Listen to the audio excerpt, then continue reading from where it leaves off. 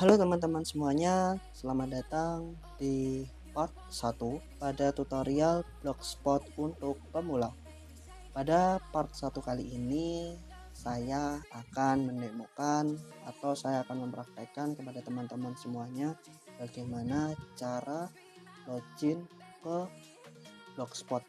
Baik, untuk caranya simpel ya teman-teman. Silahkan masuk ke Google, lalu ketik di sini Blogspot atau blogger juga bisa, sama saja. Nah, setelah itu teman-teman akan diperlihatkan website blogger.com.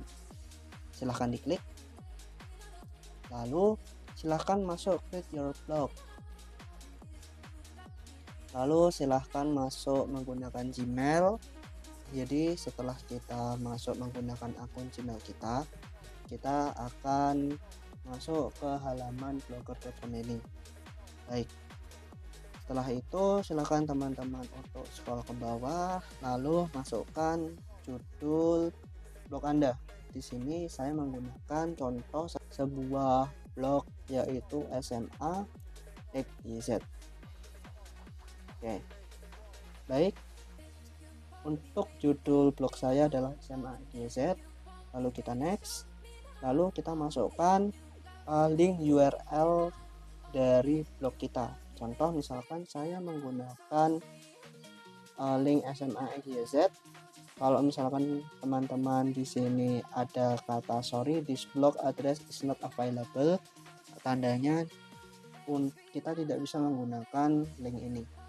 Nah, silakan teman-teman mungkin menambahkan kata, contoh 123 atau 12 atau satu saja.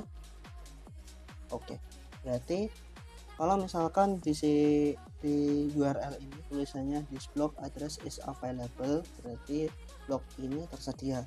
Berarti teman-teman bisa menggunakan address ini ya. Baik, setelah itu kita next. Lalu untuk display name-nya contoh misalkan kita sama saja SMA XYZ. Lalu finish.